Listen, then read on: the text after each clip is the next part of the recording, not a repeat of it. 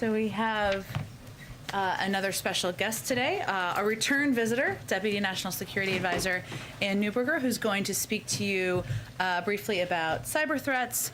She only has time for just a very few questions because she has to run off to a meeting. I will always be the bad cop with that. Come on up, and then we'll, of course, do a full briefing. Good afternoon, everyone. So we want to take a moment to encourage organizations to be on guard for malicious cyber activity in advance of the holiday weekend. To be clear, we have no specific threat information or information regarding attacks this weekend, but what we do have is history. And in the past, over holiday weekends, attackers have sometimes focused on security operations centers that may be understaffed, or a sense that there are fewer key personnel on duty as they may be on vacation. And indeed, a long weekend can sometimes make attackers feel they have extra time to navigate in a network before they're detected. So as the long weekend comes, we want to raise awareness, and this need for awareness is particularly for critical infrastructure owners and operators who operate critical services for Americans.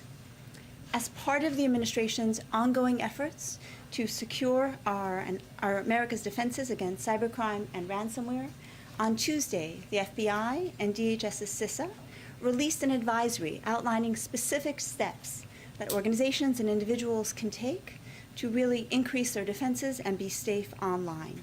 You can find this on CISA's one-stop shop for information, stopransomware.gov, and we encourage you to please visit the site, read the advisory, and take those critical steps. Organizations and individuals should be on alert now because criminals sometimes lay in their steps in advance and begin their planning. Now, I want to walk through a few specific things you can do right now to protect against possible attacks and to ensure that you can recover quickly in the event that an organization is compromised.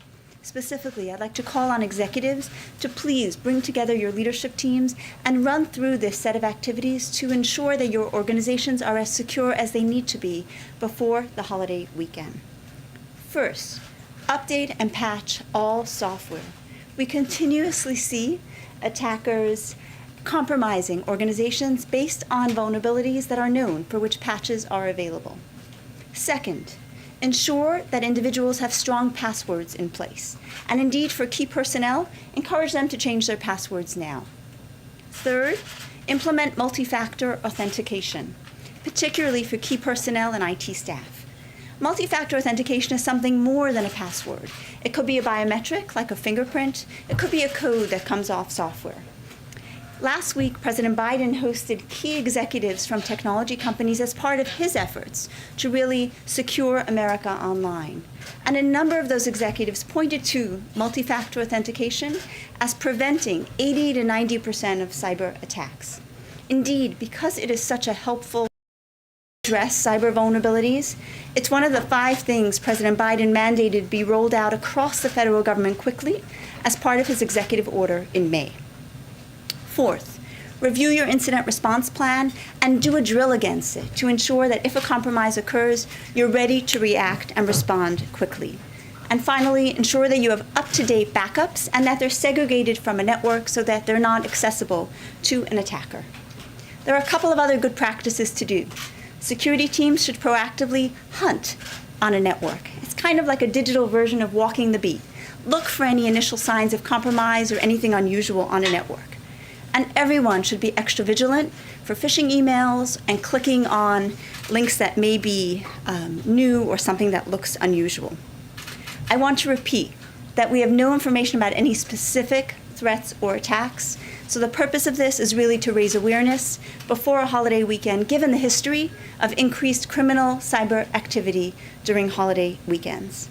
As always, CISA, FBI, and other U.S. government partners are positioned to support any organization that needs it. Please visit stopransomware.gov and follow the practices that you see. Taking a step back for a moment, the Biden administration is committed to addressing cyber threats to the country. And indeed, as I mentioned, last week, President Biden hosted executives from technology companies, education firms, critical infrastructure, and others to focus on addressing the root causes of cyber. The technology companies in particular announced a set of commitments online to address some of the root causes of technology vulnerabilities and improve security of their products. Thank you. Wishing you a safe and enjoyable holiday weekend. Steve? It's been more than 2 months since the President's meeting with President Putin. Have the Russians done anything to crack down on ransomware attackers? Thank you for the question. The discussions with the Russians continue. As President Biden noted, he's looking for action with regard to addressing cyber activity, and we continue to look for that. That being said, we also need to look at our own activity, and it's the reason for this today, to ensure that we're doing everything we can to lock our digital doors and ensure that our networks and our organizations are as safe as they need to be online. Jackie? Have you guys determined who is responsible for the attack on the State Department a couple of weeks ago? I won't address specific incidents here. We're certainly looking at that, and we're also focused on, as I noted, the rollout of the 5 particular technologies across the federal government so we can confidently reduce the risk of such continued attacks.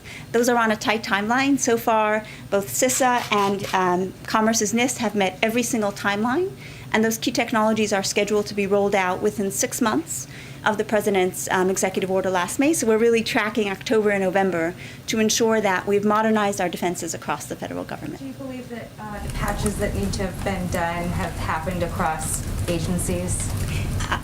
That work continues. As I noted in a prior discussion, there's a great deal of work to modernize our federal networks.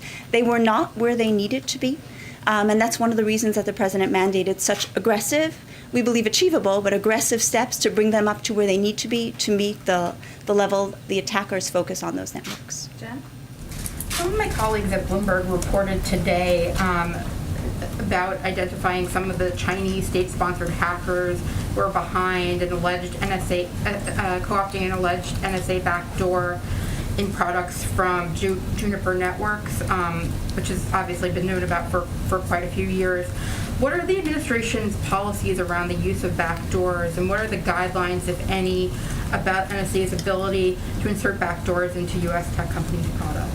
As you know, that's been as you noted, that's been an old story that's been reported, and I think we've continuously noted that there isn't substantiation for it.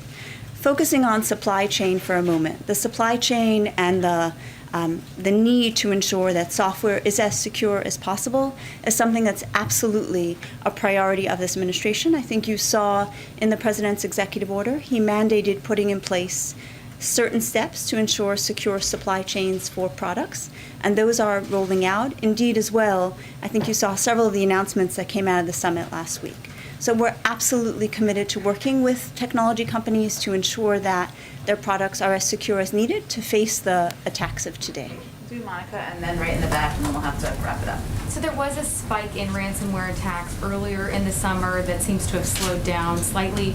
To what do you attribute that? And then you did mention there wasn't something specific that caused you to come and bring out this warning. But in terms of Labor Day, is there anything different about it that you would like to highlight, given we haven't seen these kinds of warnings before the 4th of July or anything else more recently?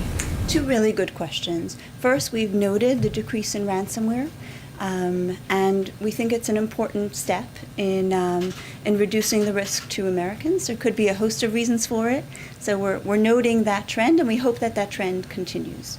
And with regard to the change and why we're here today, I think it reflects the administration's focus on cyber threats and the recognition that we play a role in all of that. Yes, there are attackers, but they're leveraging vulnerabilities across the networks that we have.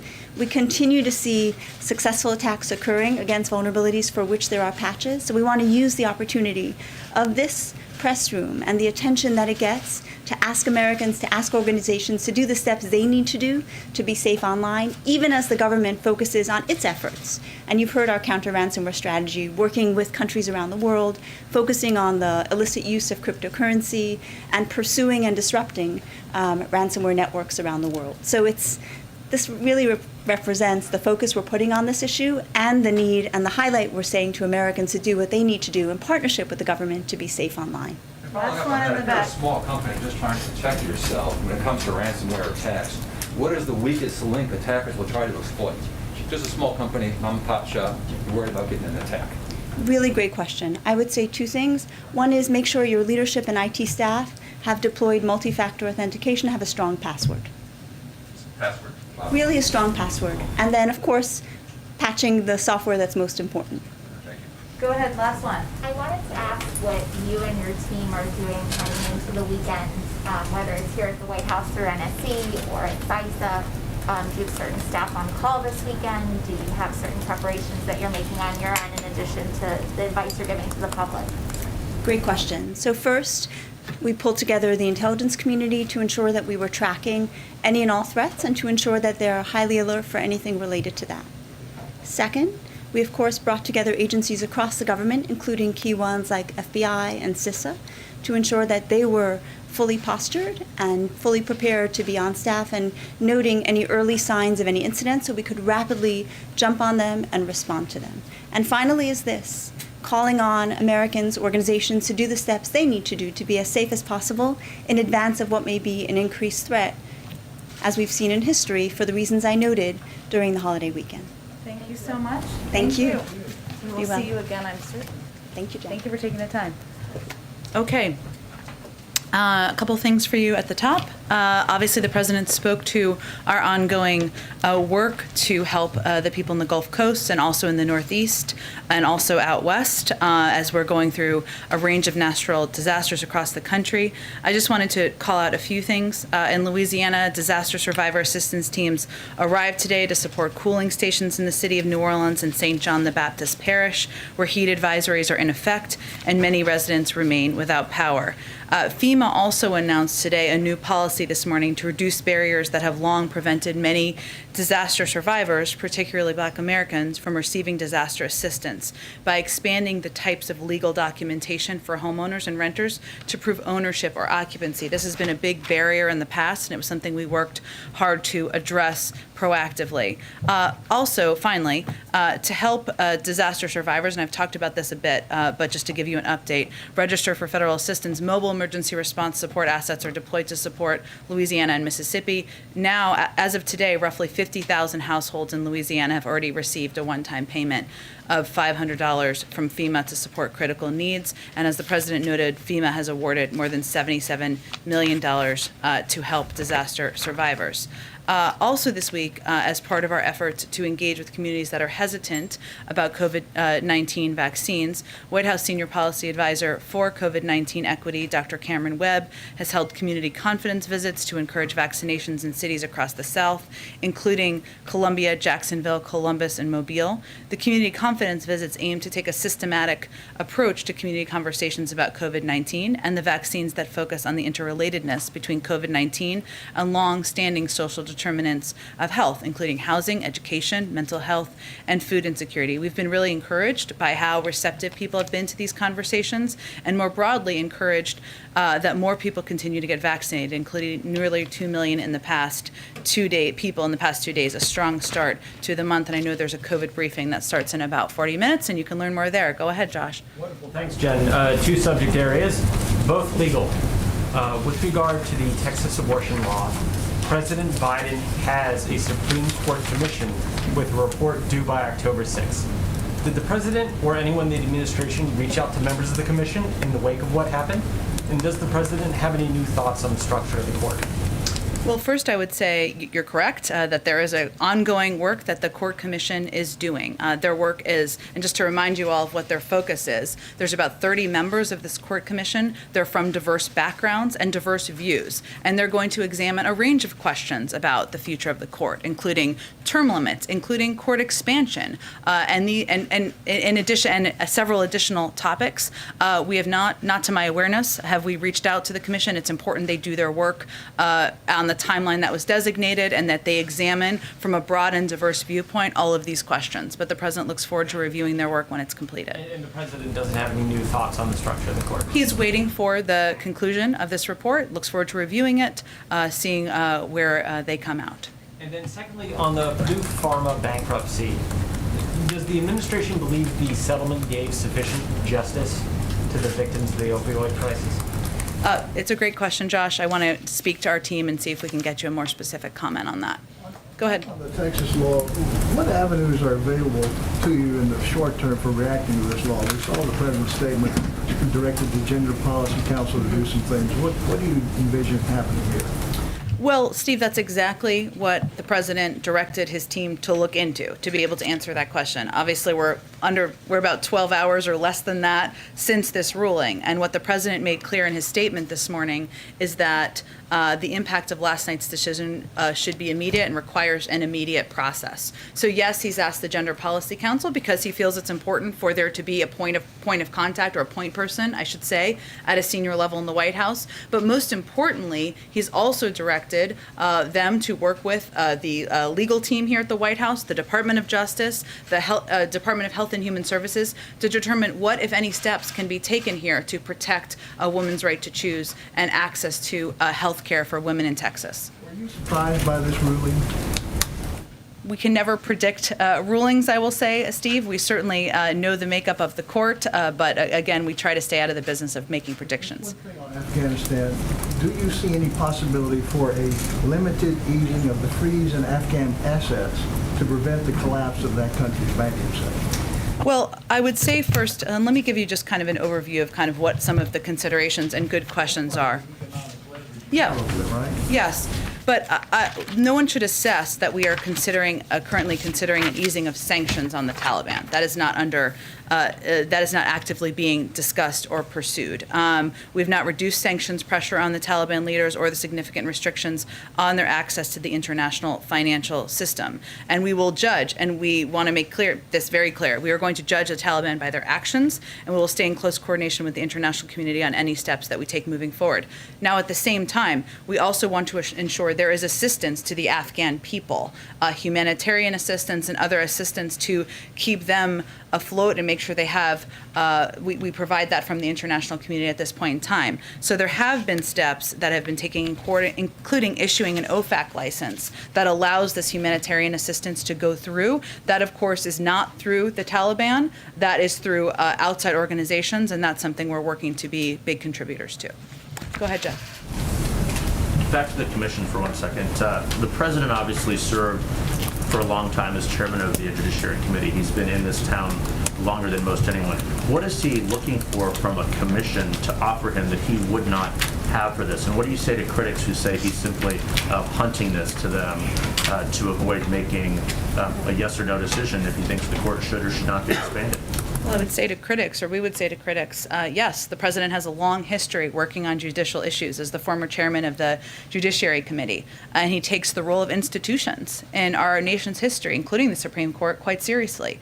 That's one of the reasons why this court was put together and constructed in the way it was. I mean, this commission, I should say, was put together and constructed in the way it was, which is with a diverse set of viewpoints, a diverse set of expertise, and he asked them to look at a broad set of questions, wanted to give them time to do that work and come out of that with some viewpoints. But he wants to leave them space to do exactly that. And I think the fact that he named a commission with a diverse set of viewpoints reflects his strong commitment to preserving institutions, but also taking a fresh look at things that need to change if needed. Is he misleading supporters of expanding the court, though, by allowing this commission to do its work? I mean, the reality is this would take a legislative change. It's something he couldn't change on his own. Why doesn't he just come out and say how difficult this would be?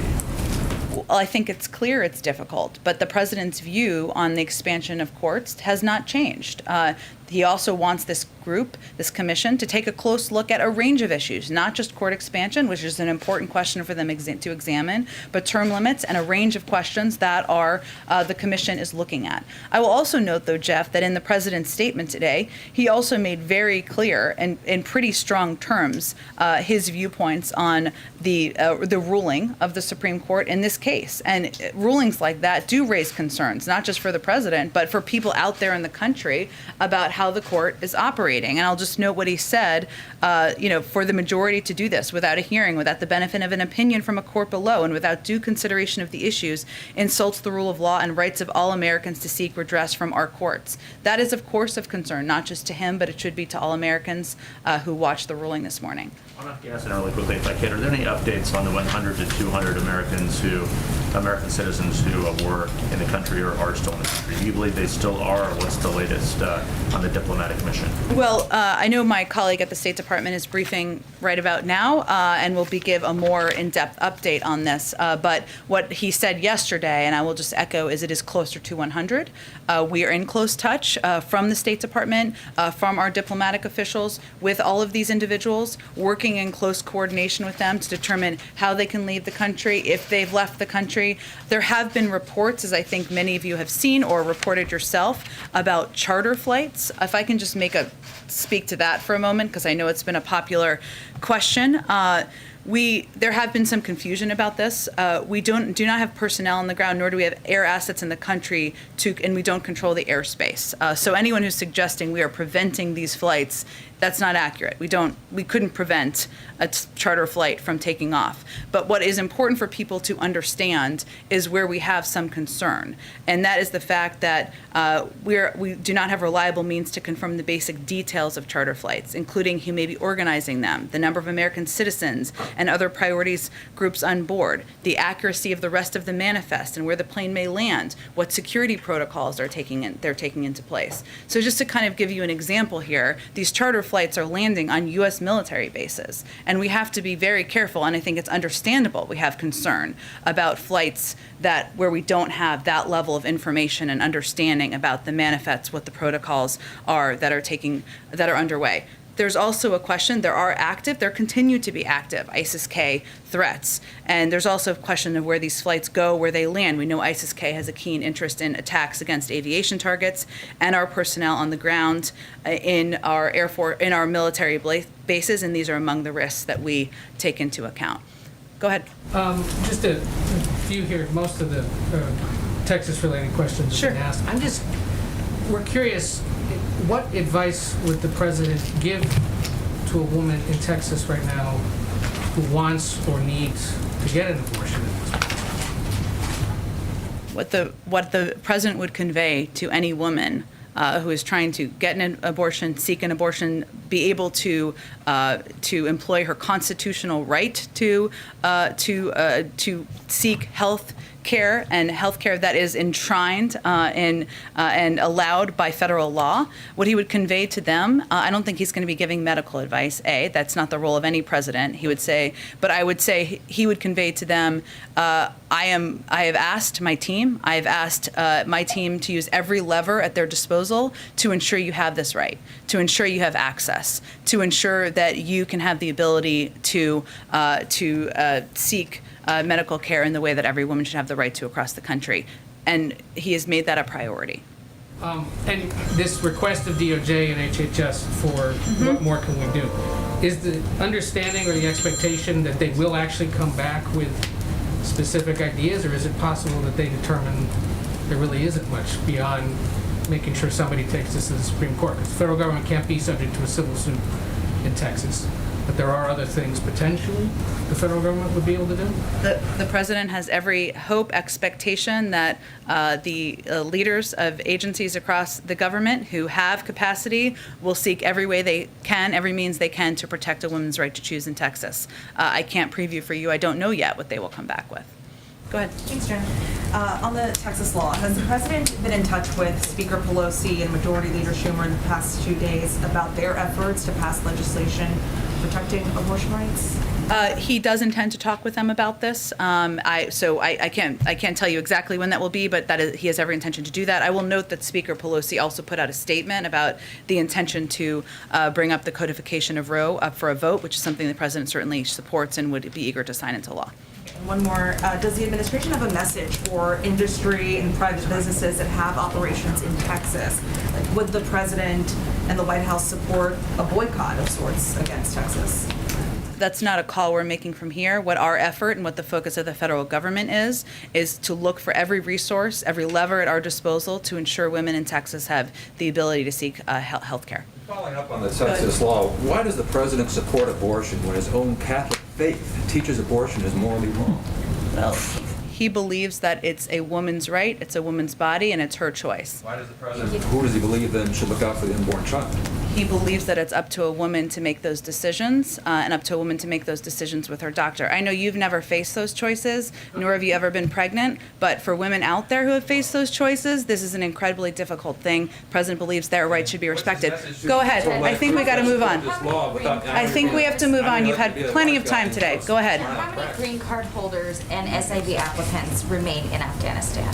Let me give you, let me give you first, and I'll get to your question, but it reminds me I wanted to give you guys an update on one piece that was asked yesterday, which is how many people have come into the country. And this is something that DHS will be providing regular updates on, but just to give you an understanding of the breakdown, and then I will come back to your question, Jackie, I promise. First, between August 17th and August 31st, of the breakdown of people who have come into the country, 107 people have arrived in the United States as a part of Operation Allies Welcome. 4,446 are U.S. citizens, 14% of them. 2,785, or 9%, are U.S. lawful permanent residents. 23,876, or 77%, this is the statistic I gave yesterday, which I then later butchered in the briefing, are other Afghans at risk, including SIV and other visa holders, SIV applicants, P1 and P2 referrals, and others. Note that this group includes a small number of third country nationals that were also evacuated and processed. We will give updates on that. That's obviously the data as of just a couple of days ago. In terms of your question, which is a very good one, Jackie, in terms of how many people are in the country now, there are people who are eligible. We may not even know they're eligible yet, right? It is very hard to define those numbers. That is something that certainly the State Department, in coordination with the Department of Homeland Security, are going to be assessing what we think the population is and how we can work with this population to ensure that we help individuals who want to leave and want to depart the country to depart. Some of those people may be eligible for a range of our programs, SIV programs, P1, P2 programs. Some of them may not, but they still may want to depart the country. Now, as I noted yesterday, and I've noted several times, everybody who wants to leave Afghanistan and come to the United States will not be able to and will not be eligible. And we don't want to set the expectation that will be the case, but what we want to do is try to assess and try to do extensive outreach through diplomatic channels to see how many people there are, what programs they might be eligible for. Thank you. And then I wanted to get to the Taliban and questions of whether it's keeping its promise for amnesty. There was some reporting from the BBC, some color from that story. Since the Taliban came to power, one man said they haven't stopped killing. A few days ago, this person said they killed 12 members of special forces in Kandahar, 3 soldiers in Jalalabad as well. The Taliban took them out of their homes and shot them. Given this kind of reporting that we're hearing, is it possible that our reliance on the Taliban to keep their word in terms of our evacuation is misplaced for going back on things like the amnesty promise? Well, first, I don't have any confirmation of those details. I'm not questioning the BBC's reporting. I just don't have any confirmation of them from the U.S. government. I would certainly point you to the Department of Defense and others who might have additional details.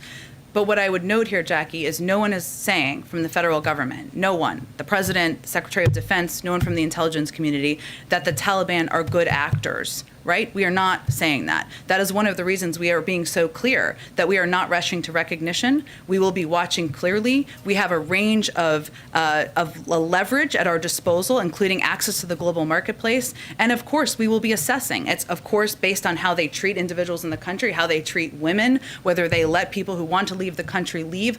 All of those are factors that we will be assessing. But I don't have any confirmation of that specific reporting. Go ahead. Jen, yesterday you said you were going to check on the specifics, so just to be clear, the president does support the Women's Health Protection Act? We are looking at a range of options in Congress, including the Women's Health Protection Act, but I don't have an assessment at this point in time about that piece of legislation. And will there be a point person for this whole of government approach, like with voting rights or with immigration? And if not, why not? The president conveyed clearly in his statement he'd asked the Gender Policy Council co-chairs to oversee this effort. And what's the timeline on that policy council? I'm not. When will they have a deadline to get back to him, or when they may produce a report? Well, I wouldn't look at it as producing a report. They are going to be coordinating all of the leverage and all of the efforts and policy options across the government. And the president wants them to act as quickly as possible. So it's not a means of 100 days and then we'll get a report. It's let's see what our options are and let's act on them. Go ahead. If I could just try to drill down on that. The president did say an immediate response is required. I know you said you're not in a position to preview any, but what does the White House see as a federal responsibility here? I mean, you're talking about the possibility of involving the Justice Department, HHS. In Oklahoma, there are clinics that are saying, okay, we are offering the service, come here.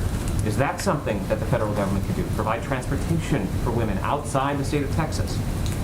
These are all great questions, and I would note that it wasn't just the Department of Justice that the president referenced in his statement on purpose, right? Because the Department of Health and Human Services has a range of resources, funding, programs that they can look at and potentially deploy. And yes, it is urgent. The president wants them to look at these programs now and come back and see what's possible, but it has been less than a day here, and I just want the experts and the policy experts to be able to assess what's possible, and then we will get back to you and make sure you all know exactly what our options look like.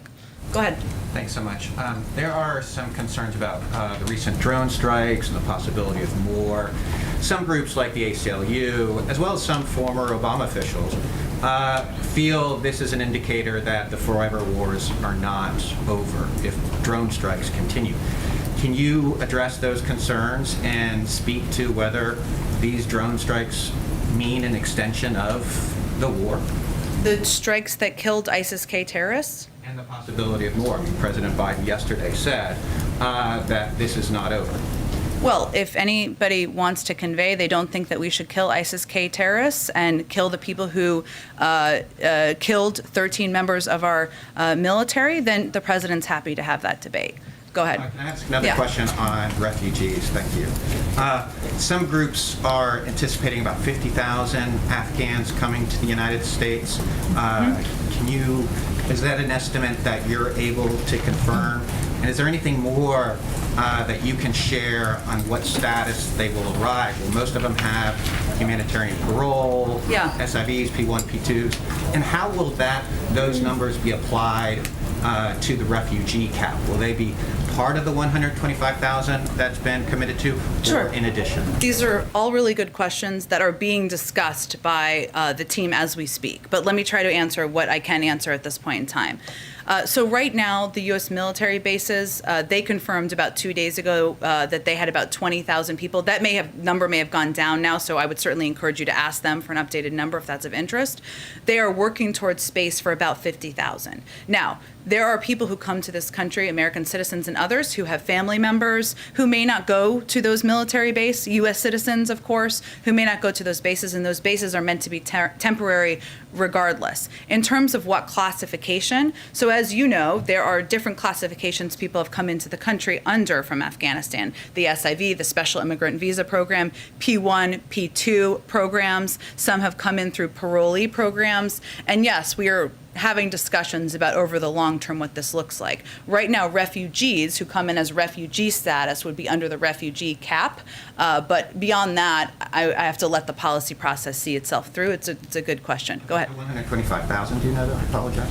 Oh, sorry, about whether, say that one more time. What was the question about that? 125,000. Will it be in addition to the committed refugee cap of 125,000? Or will it be, does the 50,000, or whatever the number is, does it fall? Well, 50,000, a lot of those people are special immigrant visa applicants, right? Or through other programs. So that wouldn't be under a refugee cap. Go ahead. Reproductive rights activists have noted that President Biden seems reluctant to use the specific word abortion, although he did use it in his statement today and the statement he put out yesterday. Can you explain his seeming reluctance to use that word, and was it a deliberate messaging strategy or choice to use it this week in relation to the Texas law? I have to say, as somebody who strongly supports women's rights to choose myself, as somebody who's spent time working with groups like Planned Parenthood, amazing groups like that I think the most important value people should look at is what the president does in his actions and what he fights for. And I don't think I'm going to have any other assessment beyond that. Go ahead. The president said today, talking about the hurricane, that the climate crisis is here, and then he went on to talk about the wildfires and flooding. Has anything in the recent, that recent string of weather events changed his view on how aggressive the administration needs to be on carbon reduction in its policies? Well, I think it's reaffirmed, as you heard the president reference today, his commitment to getting his Build Back Better agenda passed, which has a huge focus on addressing the climate crisis and taking a number of steps, including creating more, investing in resiliency for infrastructure, as you know, also setting ambitious goals and taking policy steps to reach those. So I think it really reaffirms more the policies he's already proposed that will take huge steps forward in helping to address the climate crisis. I'd note that also even Senator Cassidy also noted the need to invest in infrastructure and how these recent events reiterate that. And on the Build Back Better, would the president sign a version of that passed by the House and Senate that does not fully fund his carbon reduction agenda? Well, I'm not going to negotiate from here, obviously, but the president put those proposals in the package because he feels they are vitally important to addressing the climate crisis. And the climate crisis is one of 4 crises he's identified from the beginning as being central to the issues he's going to address as president. I will say that, as people look to the next couple of weeks of the very expansive legislative agenda that we are going to all be undertaking together, what the president is quite focused on is, yes, of course, the investments that will help cut costs for the American people in a range of ways, whether it's the child tax credit, making childcare less expensive, making college more affordable, but he is equally as focused on the making wealthiest Americans and corporations pay more, because he thinks that's fair, and he thinks that is how we can deliver on equality in this country, and that can also pay for a lot of these important policy initiatives. Go ahead. Are there any more details about the president's trip to Louisiana tomorrow? Sure. They are still being finalized, which is not out of the norm, but let me tell you what I know at this point in time.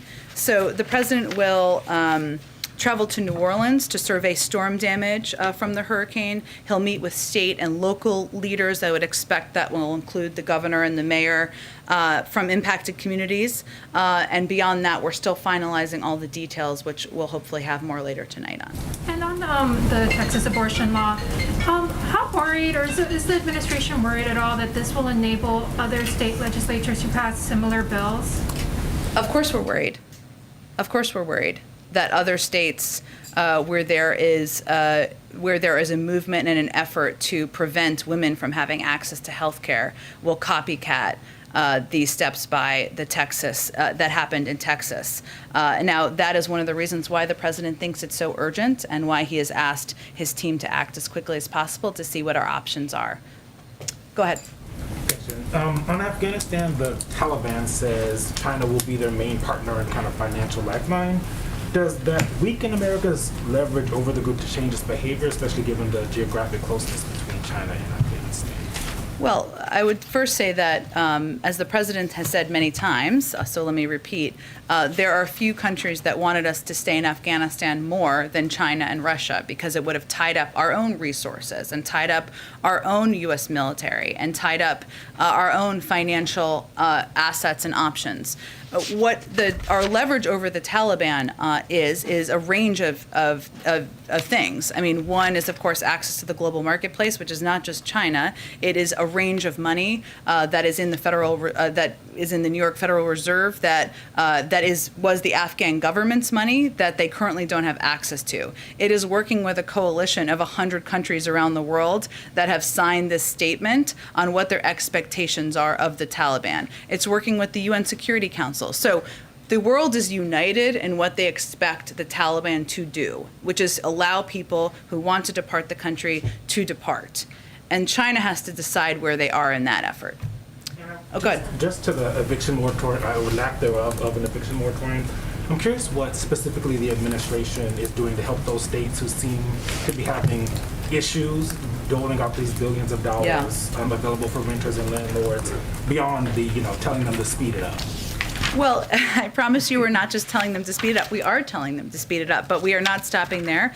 One of the steps we've taken, we've announced a few steps over the course of the last few weeks, is working to cut bureaucratic red tape from here. So that includes making it easier for landlords and tenants to apply for this assistance, and ensuring that that is not an incredibly difficult process. We've also worked with individual states to determine what are the holdup in their processes, and some of the bureaucratic steps in places where we've eased the red tape has expedited the funding going out in states. So we've seen successes on that front. What's important to note here is that the funding exists in states across the country to essentially do the federal eviction moratorium, even though the Supreme Court has ruled as they ruled, because states can do it on an individual basis. So what we're really encouraging states to do is put in place eviction moratoriums statewide, or take any steps they can take across the state to make it harder for people to kick tenants out of their homes during this time. And we can get you a rundown of that too. I'm looking for all the pieces. Go ahead. A Taliban spokesman told an Australian news network that the 41 Australians who died in the war in Afghanistan died in vain. During this time, the Australian government found out about the withdrawal date change through media reporting. We weren't included on the list from Secretary of State Antony Blinken of countries called on the final day, August 31. Does the Taliban have a point? I'm not sure I understand your question. We have sacrificed a lot for this alliance, and including the lives of 41 Australians, and we've been left seemingly out of the loop during this withdrawal process. There hasn't been high-level communication with the Australian government during this time. I don't think that's true. I don't think that we have not engaged with the Australian government. We have worked with our partners around the world to evacuate individuals from a range of countries around the world who need evacuating from the country. I would say, and the president would say if he were standing here, those 41 Australians did not die in vain. And we are incredibly grateful for their partnership. We're incredibly grateful for their support over the course of a 20-year war. And Australia remains a pivotal partner to the United States. But I would be very shocked if we had not been in touch with and engaged with. So what I was asking you for clarification on was question about the 31st and a call on the 31st. I'm not sure what that would be a reference to. The speech that Antony Blinken, the Secretary of State, gave at the withdrawal, at the end of the conflict, the last fight, he listed through all these different countries that he called at the end of that, and Australia wasn't on the list. I can certainly ask the State Department when their most recent diplomatic conversations were with Australian leaders, but I know that we are in close touch, in close coordination, and that Australia is an incredibly vital partner, not just over the last several years in the war in Afghanistan, but on a range of important global issues. Go ahead. Thanks, John. I wanted to follow up on Jeff's question. We know that commission is not tasked with providing specific recommendations to the president out of that review, and he's already said that he is not a fan of court packing. So realistically, what kind of changes can we expect to come once that review is complete? Is the president committed to addressing the court system in a significant way? Well, the president wants to take a look at what the court reform group advises on. And yes, they're not coming out with these are the 7 steps that we are recommending. It's a diverse group with diverse opinions. And he felt that was important, given this is a vital institution in our nation's history. So I can't predict for you. I don't know where he's going to land. I'm going to leave the space for the president to determine that. Go ahead in the back. A couple of follow-ups. First one has about the answer that you gave to Franco about the ongoing sort of drone strikes in Afghanistan. Mm-hmm. Because the president talked about in his recent remarks that this was kind of a new chapter, and you've talked from the podium there about sort of meeting these threats now where they are outside of Afghanistan. Yeah. So if these drone strikes do continue, the concern from the international community is these are like extrajudicial killings, there are civilian casualties often. I mean, how is this sort of the new era? It seems almost like business as usual. Well, I think it's the context of the president's remarks was not drone strikes are the new era. It is we need to meet threats where they are and ensure we're taking steps to address them in coordination with the global community, of course.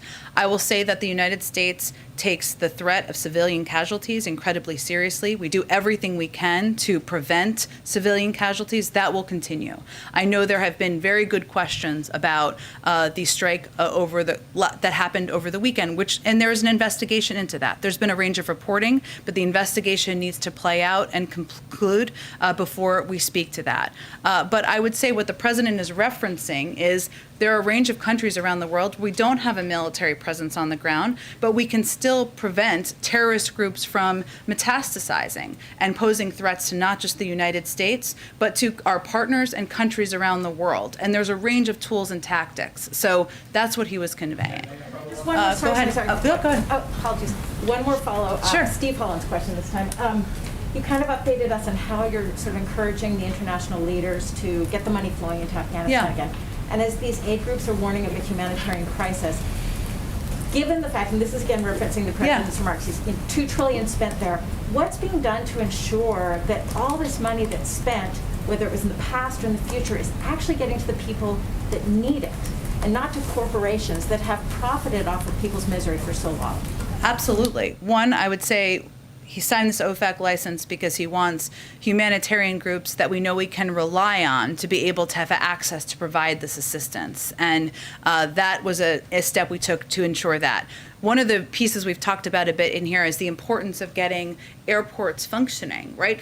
Not just at HKIA, but in regional airports, because that's how this humanitarian assistance is going to be delivered to people across Afghanistan. So that's another area where he's quite focused, and the Secretary of State and our government is quite focused. Two more foreign questions. First of all, in Afghanistan, what is the administration's position on the National Resistance Front led by Ahmad Masood? And is the U.S. talking to or assisting them in, or in any way supporting them in reaching their goals? I don't have anything to read out in terms of engagements with them. I'd point you to the State Department. Secondly, as you know, Climate Envoy Kerry is in China right now to talk about climate change.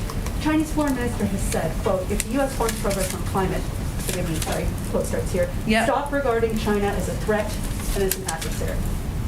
End quote. Does the administration see China as an adversary in this regard, and are you willing to meet them in the middle to make progress on climate change? Well, the United States sees China as a country where we have disagreements, and we also have areas where we can work together. And that's what complicated diplomatic relationships look like, and certainly our relationship with China falls into that category. Thanks, everyone, so much. I don't think I'm going to have anything new to what I already answered on that, but we'll see you all tomorrow. Thanks, everyone. Have a good trip. Thank you.